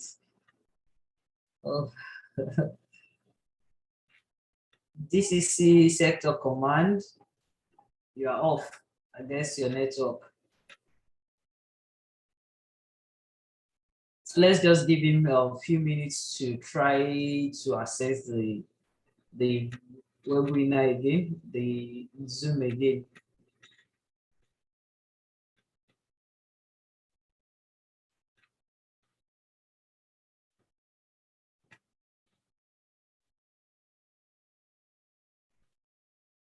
All right, while we are waiting for him to come on board, it is the few speaker that has spoken. If I would summarize what they've said in few sentences, it's actually telling us what we ought to do and what we ought not to do while on the road. Like Mr. Patrick rightly said, you don't drink while driving, you don't press your phone, you don't receive call, we don't get distracted, like unnecessary distraction.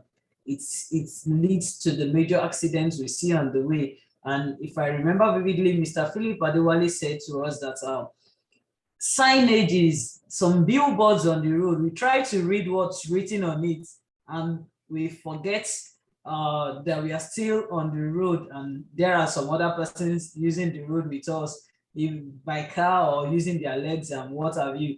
So those things really needs to be considered when we are driving. And Mrs. Bola said to us that we need to learn to make use of the pedestrian bridge for those using their leg and the zebra crossing. And the important thing she emphasized on is we knowing that we are approaching the zebra crossing, we should learn to limit our speed. Else, okay, this is you're back. Can you hear me? I think he's still trying to fix himself. All right, if you can hear me, you can unmute yourself and talk while we are waiting for you. So for every of the participants we have in the room today, please let's adhere to it entirely. All right, sir, we can hear you. You're welcome, sir. Sorry. You still have the floor, sir. Please sorry for the interlude based on this network problem. So just as I was saying, I said that this year's theme is act for law, speeds, and streets, and with the slogan, support, remember, support, act. And the essence of this is that we should be able to remember those who have passed on because of crashes on the highway as a result of speed. And secondly, those that are left behind, it is our responsibility to support them. And we have to act. Our acting is to ensure, maybe through public enlightenment and otherwise, to ensure that people do not fall into the same thing that have occurred to these ones that have passed on. And the objectives of this today, this week, World Day of Remembrance for road traffic victims includes, but not limited to, the following. 1, we are to remember all people killed and seriously injured on Nigerian roads. 2, we have to acknowledge the crucial work of the emergency services. And 3, to draw attention of the generality of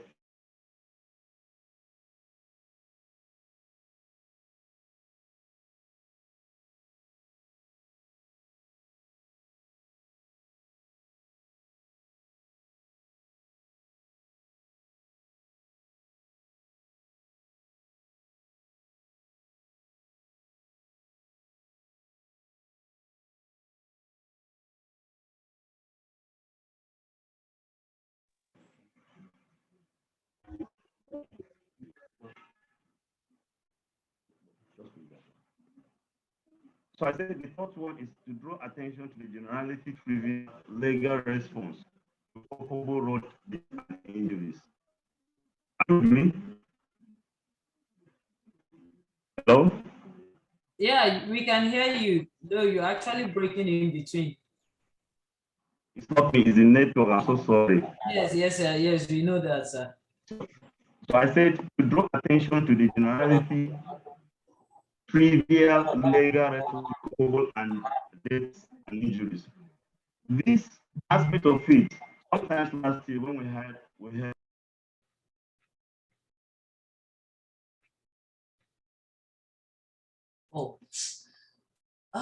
his network is actually poor and we are behind schedule. We ought to be rounding off the program now. I don't know. I actually have a question for him. If the network, help us achieve this. But even with that, I don't know. Let's just give it a minute. All right. Okay, we have switched the network now from. I said we have switched the network now. All right. From Airtel to MTN. So I hope. You are switched from. Yes, ma'am. So I hope MTN will not. No, I said Airtel to MTN. Hello. All right, we can hear you, sir. You have 2-3 minutes to round off, sir. So sorry about that. All right. Wow. I said this issue of the trivial legal response by the general public in respect of these crashes we've been having. We had a retreat last year where we invited Chief Falana SAN, and he assured the core that henceforth, if we have such kind of thing, his chambers will be ready to help prosecute those people to ensure that those who caused such injuries and death, as the case may be, are brought to book. So, and the last one is to advocate for better support for road traffic victims and victim families. So we are calling on all Nigerians that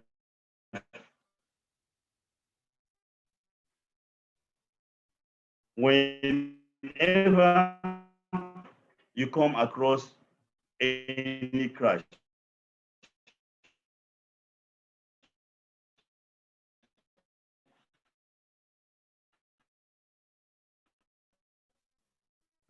please don't hesitate to render any in Lagos, is to train along the corridors. We train different professions, but we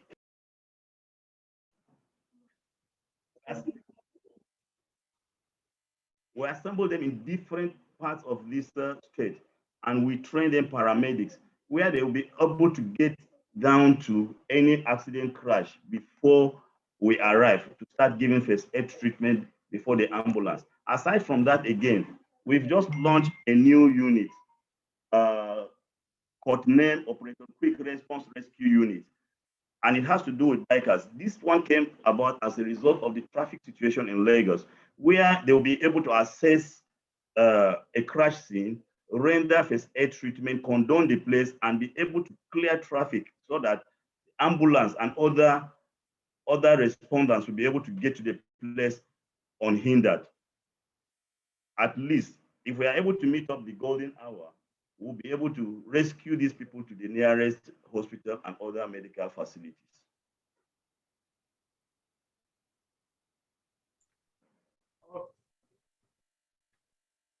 Are you done, sir? Yeah. All right, thank you very much for your time. Though the network didn't permit us to hear some of your points. Before, when you use Airtel and MTN and Glo in Nigeria, it will get better. Another problem we need to solve very soon. It will get better. All right, before you go, sir, I have just a question for you. I don't know if any other participant in the room has a question. You can raise up your hand or drop it in the chat box. But sir, we know speed is an important risk factor for highway crashes and injuries, which we all know. Most of the accidents that occur on the road is always because of the speed. And we are trying to enforce the speed limit on the drivers. Are there tools? Do we have tools for managing speed limits in Nigeria? Or is there a way we can get it, like installing a camera? If we watch the advanced countries, they have cameras on the road that when you overspeed, you just see a police vehicle putting the horn for you to stop, or just cross you and stop you just because you are speeding. Are there ways we can improve on that in Nigeria? At least it will definitely, we have out of 100 road users, we have about 80 that doesn't care where they are going today. Most especially, let me use the commercial drivers as an example. They will want to rush down to their destination, so they will offload or discharge their passengers and come back again to pick another people. You understand? So are there ways we can regulate that, or if there are tools we can use to catch those persons that violate those rules. When we have scapegoats and we give them the sanctions they deserve, others will learn and make corrections. Is there a way we can do that? Or are there ways we can do that? Yes, presently we have the radar gun, and the radar gun is an improved device. Unlike before, where if the radar gun picks someone's speed, it might not be able to pick the number of the vehicle they make and the time. So this one has those facilities that are being installed, and they are being distributed all over the country. And also, most of our vehicles now, they started with Abuja. As I talk to you now, presently in Abuja, these vehicles are installed with these cameras, and they can always pick any speed any violator is going. And we have evidences to prosecute such a violator in the law court. All right, thank you very much, sir. Thank you very much, sir. We really do appreciate your time. And we hope it gets better. It gets better. If we watch the accident scene every day, it's alarming. Very pathetic. I can remember applying this Lagos-Ibadan express route 3 Saturdays ago. So an accident before Deeper Life that took the life of 3 young men that was traveling.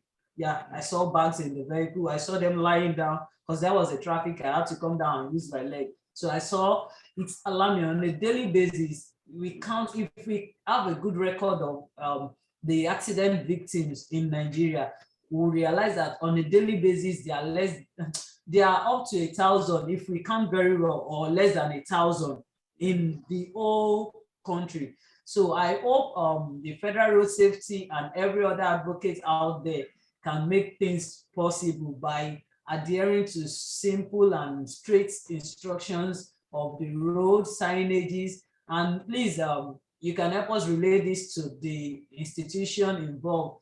They should try as much as possible to make signages available 30 kilometers to where we have our schools, markets, mosques, shops, and what have you. They should try as much as possible to make it available and visible enough for road users to see. We really do appreciate your time. And to every of the participants we have on board, thank you very much. Thanks for coming around. Do we have our Yusuf Adeni on ground to give us the vote of thanks? Yusuf Adeni, if you're on ground, can you unmute your mic? Sorry, Yusuf is not on ground. Sorry for that. I'll be doing the vote of thanks on his behalf. Right. I don't know if I can go ahead. If not, you are free, sir. Why not? You give us the vote of thanks, sir. Thank you, everyone. Most especially, Mr. Patrick Adenusi. I don't know, sir, if you are still on this call, because I can see that you have been with us from the beginning. Do you have your last word to share with us? Do you have a last word to share with us before the vote of thanks? I know Bolanle Edward, she has left the call. I want a last word from you and from the DAC before we just close this event. Thank you. Mr. Okay, Patrick, when it comes to safety, there's no last. Can you hear me? Right, sir. Very much, sir. Okay, when it comes to safety, there's no last word. When it comes to safety, there's no last word. It's safety in the morning, safety in the afternoon, safety in the evening, safety at night, safety in the morning. It moves like a hand of the clock. It doesn't stop. My conclusion this afternoon will be that the third Sunday, which is tomorrow, the Global World Day of Remembrance, we are remembering everyone whose life was cut short in any incident. We are remembering the pain, identifying with the pain of the loved ones that they left. And we are also appreciating the government agents like road safety, LASMA, the ambulance services, and the medical workers who interface with rescue and treatment of the ones that are injured, and in the process, they lose some of the victims. We appreciate each and every one of them. In saying one more thing is that in the year 2022, when we'll be marking the World Day of Remembrance, would you want to be among the ones to be remembered? If you don't want to be among the ones to be remembered, use the road safely. Your bad driving attitude is endangering the lives of someone else. Don't be that COVID virus on Nigerian roads that would threaten the existence of another person. Good afternoon, everyone. Thank you for the opportunity. All right, thank you so much, sir. That is the man we all know as Safety. In fact, his second name is Safety. I know the Federal Road Safety, they know him so well because they have worked closely with the Federal Road Safety for so many years. Okay, now over to our commander, the DCC of the Lagos State Sector Command. Your word for us as we close this afternoon, sir.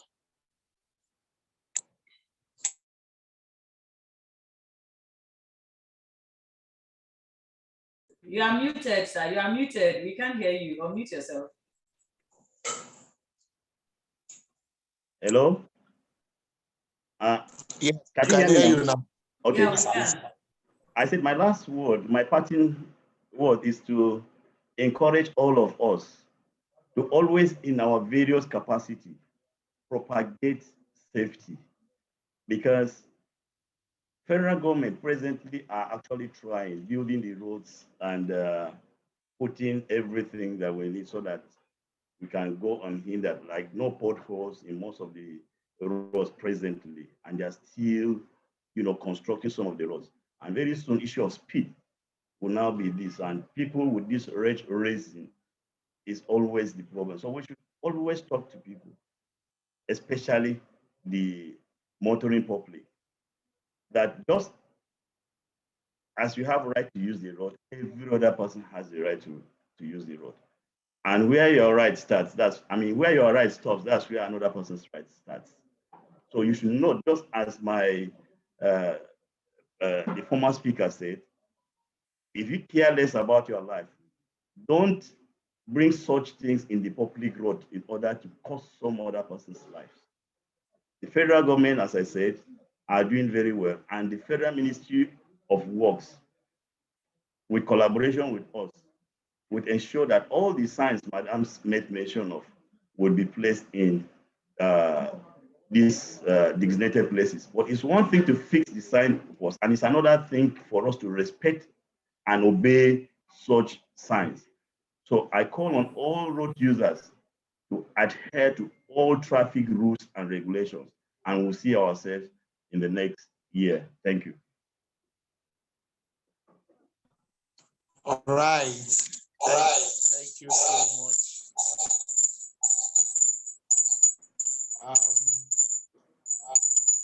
Okay, can you hear me, please? I think I have to be by. Yeah, we can. All right. We can. All right. If there are nothing, let me just thank everyone that have made out time to be here this morning, and it is noon already. The message is passed. It's simple. This year, World Day for Remembrance for Road Accident Victims is that we need to support them, we need to remember them, and we need to act right. And it is acting for low speed and low speed on our streets. Please let us act right. Let us behave well on the road so that we can preserve the precious life that God has given to every one of us.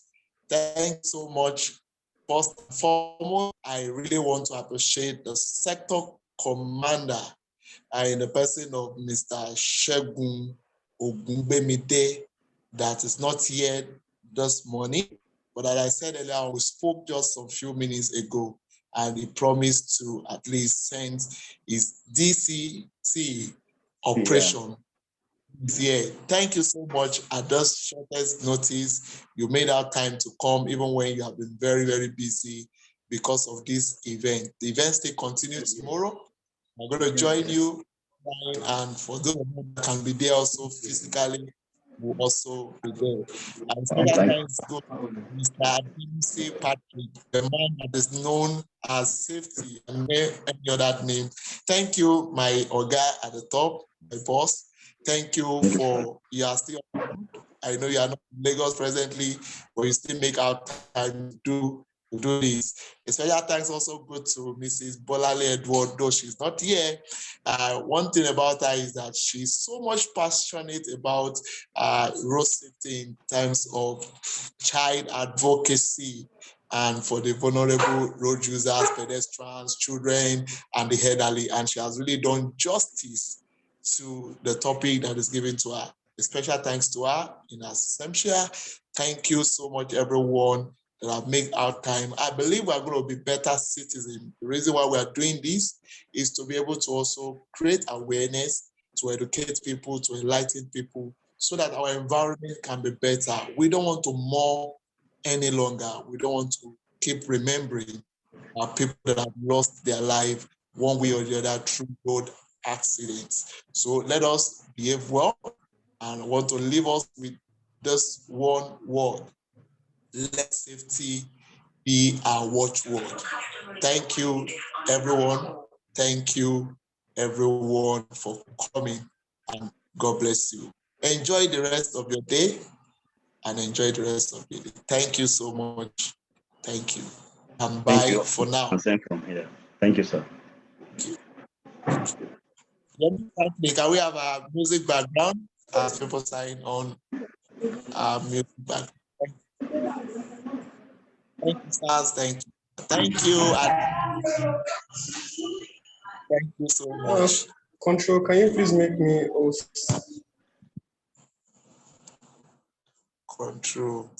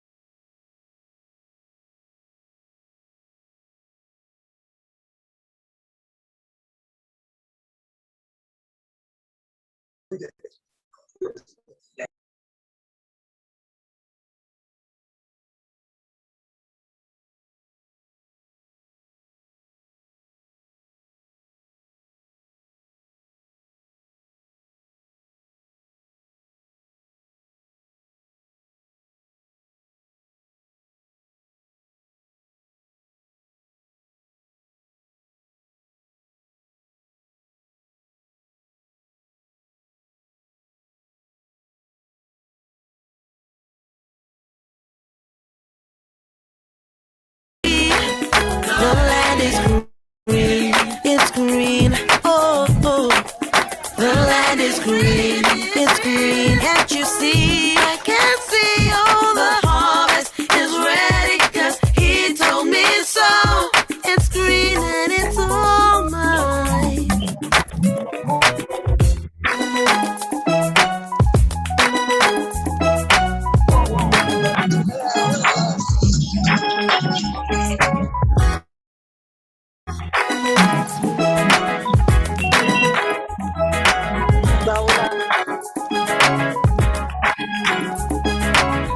Lord, there's money